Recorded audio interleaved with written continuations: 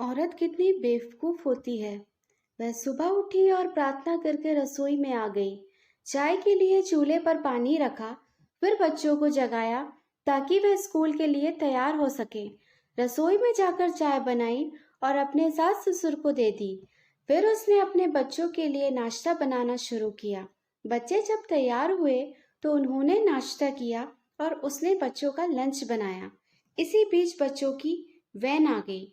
बच्चों को स्कूल भेजकर टेबल से बर्तन समेत इसी बीच पति ऑफिस के लिए तैयार होने गए तो उनकी जरूरी चीजें निकाल कर दे दी।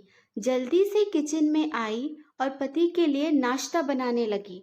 एक पराठा और अंडा अभी बना ही था कि नन्ही नंद रसोई में आई। यह कहकर नाश्ता ले गई कि मुझे कॉलेज जाने में देर हो रही है। उसी समय देवर भी यूनिवर्सिटी जाने को तैयार हो गया।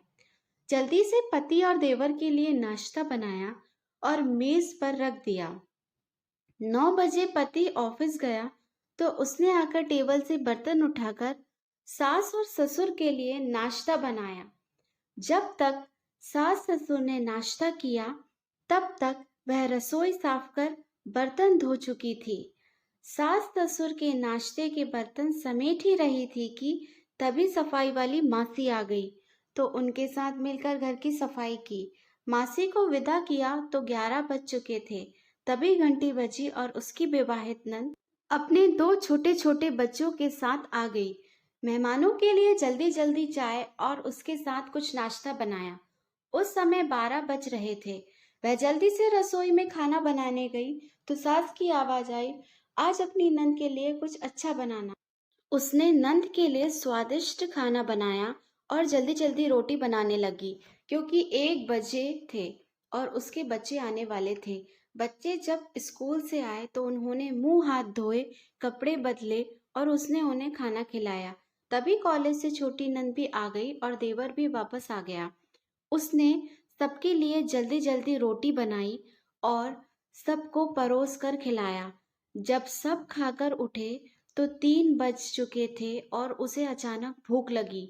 उसने मेज पर हॉट स्पॉट में देखा तो एक भी रोटी नहीं बची थी।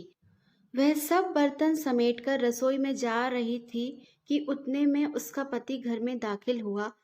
उसे देखकर पति ने कहा, मुझे बहुत भूख लगी है, जल्दी से खाना निकालो। वह झट से रसोई में गई और अपने पति के लिए रोटियां और कुछ सब्जी बनाने लगी। जब उसने अपने पति के लिए खाना बनाया तब 4 बज चुके थे। उसके पति ने उससे कहा, और तुम भी खा लो। उसने आश्चर्य से पति की ओर देखा क्योंकि उसने सुबह से कुछ नहीं खाया था। वह पति के साथ खाना खाने बैठ गई। जब उसने अपने मुंह में रोटी का टुकड़ा रखा तो उसकी आंख से एक आंसू निकला। उसके पति ने पूछा, तुम रो क्यों रही हो? उसने सोचा, मैं इनसे क्या कहूँ? ये क्या जानते हैं कि ससुराल में इतनी मेहनत के बाद मुझे यह रोटी मिलती है जिससे लोग मुफ्त की रोटी कहते हैं। उसने अपने पति को उत्तर दिया, कुछ नहीं। उसके पति ने कहा, स्त्री कितनी बेवकूफ होती है, किसी कारण के बिना भी रोने लगती है। आशा करती हूँ कि यह एक छोटी सी कहानी आपको पसंद आई होगी। इस कहानी पर आपकी क्या राय है, हमें कमेंट करके ज़रूर बताएं। कहानी पसंद आई हो तो लाइक और शेयर ज़रूर कीजिए। चैनल पर नए हो तो सब्सक्राइब करना ना भूलें। कहानी सुनने के लिए बहुत बहुत धन्यवाद।